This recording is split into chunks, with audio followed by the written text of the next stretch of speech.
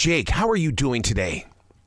Harold, doing great, man. Thank you so much for having me on the program. Really appreciate the support. It's an experience, this album. I mean, you guys live up to the name, Blues Experience. I mean, to listen to it, to experience it, and then to let it flow through your body. I mean, dude, people are going to go crazy over this album.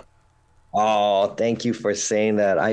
It was such an honor. I mean, Mick Fleetwood was just always one of my, he was my favorite drummer, and he's just such an icon. And I never in my wildest dreams ever thought that we'd be collaborating, so this is a dream come true. Well, you're opening up a new door for Mick in the way that, we all have attached ourselves to him with Fleetwood Mac, but to put him in this position with you, he's gone back to his roots of blues, and I didn't think I would ever see that again. Oh man. Yeah, that's why, we had this kind of blues theme, because I like thinking back on all the stuff with Peter Green, and, it was one of my favorite guitar players.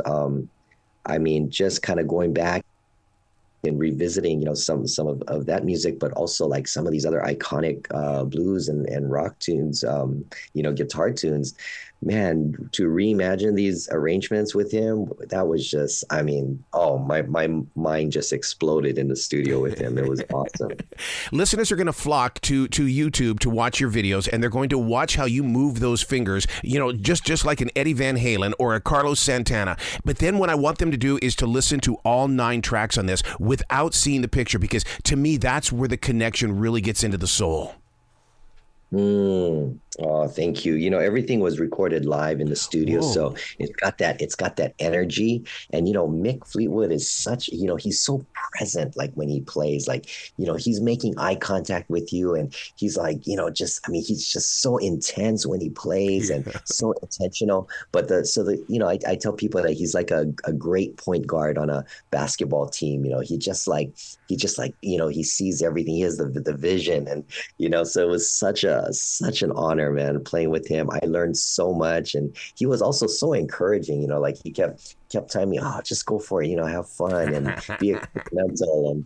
And that's what we did, man. We just kind of no holds barred attitude and just went for it. Mick is also a master at making unbelievable faces. How did you keep yourself from not bursting out in laughter? Oh no, man! His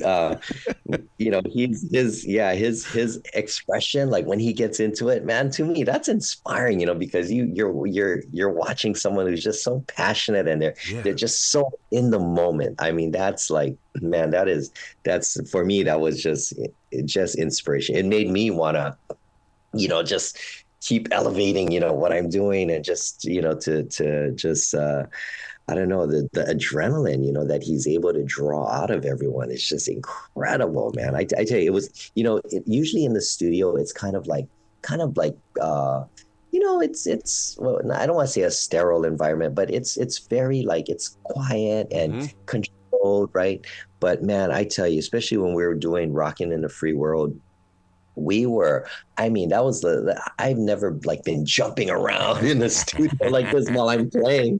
Normally you're like kind of standing in one place or sitting down and playing, you can kind of move around, but we were like jumping up and down like it was a real rock concert, like we had a huge audience in front of us or something. So yeah, the energy on it was just incredible. I never felt anything like it.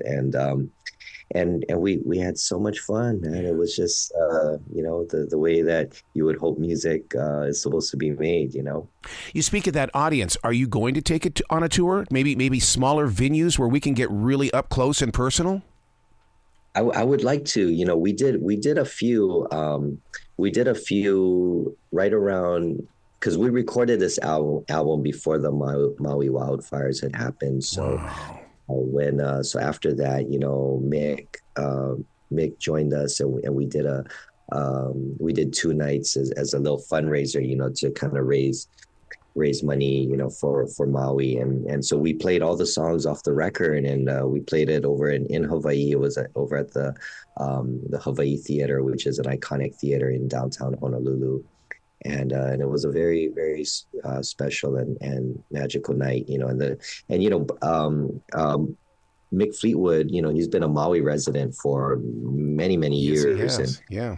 so, and he's been so supportive of the community, doing so much out there. And, it's going to take a while. I mean, there's still, they were just able to finish cleaning up the debris, from all the fires in the residential area and the commercial area. Still, they're still trying to clean that area up. But man, you see stuff, you see that, and then you see like, the victims of Hurricane Helene and just what that community is going through, man. Yeah. I'm just so sorry, man. It's just, I just, you just wish there was more that we could do. This album is coming out at the perfect time. And the reason why is because when you sit down and listen to Whiter Shade of Pale and even Rollin' and Tumblin', it really has that peaceful connection to the universe. And I think that people will use this as a medicinal place of escape because, I mean, you have poured your soul into this and you're giving it to the world now. Oh, man. Well, thank you for saying that because that is I mean, that's like, for me, that's what music does for me. It just brings people together. It makes us stronger as a community. It makes us feel more connected, more alive, more in touch with ourselves and the people around us. And, so, yeah, I mean, I just think, it's so healing and so powerful, and hopefully I think, this music will touch people and the same way that Mick's music and artistry has touched me and influenced me and so many others. I mean, it's just, everyone, he's just such such an icon. And the crazy thing about like all these songs that we played, he didn't just kind of, he lived this music, he sure did. kind of the reason that this music exists, so it's in this way. So it's just unbelievable. But I still can't believe it all happened. And I'm just so honored to be a part of all this. Do you feel like the torch is being passed forward to the next generation? Because you're it. I mean, you're it. No, definitely not. No. I just, no, man. I'm always a fan of the ukulele, first, and I just, I love music. I wanna, keep learning and keep exploring. And this album was so inspiring for me, because like I said, Mick was just so encouraging, and he really pushed me out of my comfort zone. He told me just kind of go for it. And, so it kind of gave me, it gave me a little bit more confidence, to be more experimental and to just, just go for it and trust my judgment and gut. And so, yeah, so it was just so I don't know. It felt so good to have someone like him, to kind of mentor you in a way and give you that encouragement and kind of like that it's okay, just do it, it's fine. So yeah, that felt really great. You got to come back to the show anytime in the future, Jake. The door is always going to be open for you. Oh, thank you so much. Thanks for all the kind words, and thanks for, all that you're doing with just keeping music out there accessible for everyone, man. Well, you be brilliant today, okay? All right. You take care. Aloha. Thank you.